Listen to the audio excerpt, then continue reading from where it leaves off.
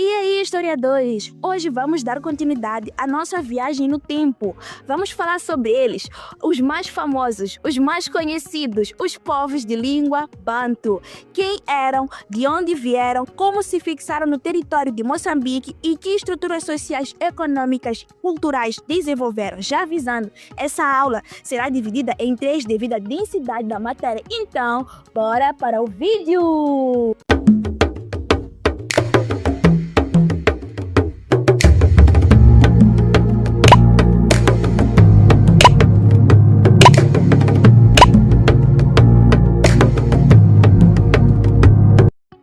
Eram os bantus. Primeiro ponto importante, os bantus não são uma raça ou uma etnia. A palavra bantu é de origem linguística e significa pessoas ou homens em várias línguas africanas. Ou seja, quando falamos de povos bantus, estamos a referir-nos a vários grupos que partilhavam uma família linguística e não características raciais. A expansão bantu começou por volta de 3.000 anos atrás. As comunidades de língua bantu começaram ganhando um movimento migratório a partir da orla noroeste da floresta equatorial do Congo. Segundo o linguista Greenberg, essas migrações seguiram para a bacia do Congo, África Oriental e mais tarde para o sul do continente. Com a chegada da metalurgia do ferro, cerca de 500 anos antes de Cristo, o processo acelerou-se. Trabalhar o ferro permitiu fabricar ferramentas melhores, abrir novas áreas para a agricultura e sustentar populações maiores. Mas essa é matéria que iremos aprofundar melhor nos próximos vídeos. Sabendo de tudo isso, podemos falar agora das características dos povos bantus. Primeiro, o sedentarismo. Em Moçambique, os povos bantus instalaram-se principalmente nas bacias dos rios, no litoral e nos planados do interior. A escolha não foi aleatória. Primeiro, porque assim era mais fácil para eles se inscreverem no canal, deixarem um like para me ajudar a crescer e contar mais sobre a história de Moçambique. E o mais importante é que essa proximidade à água facilitava a agricultura, a pesca e o desenvolvimento das aldeias permanentes.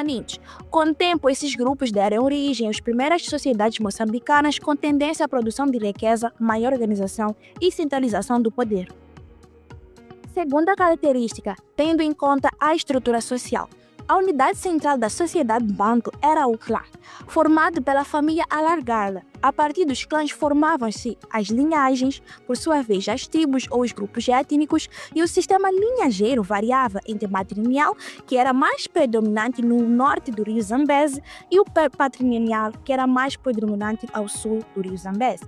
Mas apesar dessas diferenças, historiadores concordaram que a liderança e a herança era quase sempre controlada pelos homens, dando origem aos chefes de clã ou tribo. Terceiro, quanto às atividades econômicas, a economia baseava-se na agricultura, que era praticada principalmente pelas mulheres e as crianças. Cultivavam cereais como mapira e mexoeira, além de tubérculos e frutos silvestres. A caça e a pesca era realizada pelos homens que completavam a dieta. Mas a metalurgia do ferro foi uma das grandes revoluções.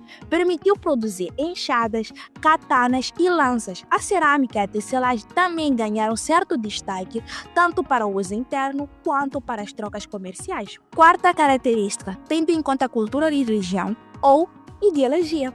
Os povos bantus acreditavam numa entidade suprema criadora, com nomes variados como Mulungu, Unwai, Chikwembo, Ngungu. Também acreditavam nos espíritos dos antepassados, vistos como protetores e intermediários.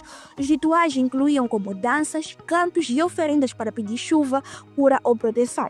A morte não marcava o fim para os bantus, pois os antepassados permaneciam presentes e as campas eram muitas vezes próximas às habitações.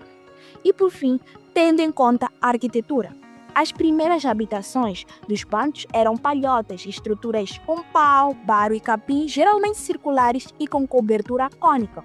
A pedra quase não era usada. A exceção era feita para os monumentos do Grande Zimbábue, o Manyinkene, na África Austral. Historiadores, então podemos concluir o seguinte: a expansão bantu foi um dos processos mais importantes da história africana. Em Moçambique deixou marcas profundas na língua, na cultura, na organização social e até nas práticas religiosas. Sério, tem certas práticas religiosas que até hoje aqui em Moçambique ainda se fazem, principalmente lá nas comunidades mais recônditas. Resumindo, os bantus eram uma família linguística que expandiram-se por migrações ao longo prazo, fixaram-se junto à água e a sua estrutura social era baseada no clã e tinham como atividades a economia agrícola, mais a metalurgia do ferro e tinham uma forte ligação aos antepassados. Então, muito obrigada por vocês me acompanharem até aqui. Não se esqueçam de se inscrever e compartilhar. Deixem um comentário sobre o que vocês acharam da aula e se vocês sabiam de tudo isso. E até a próxima!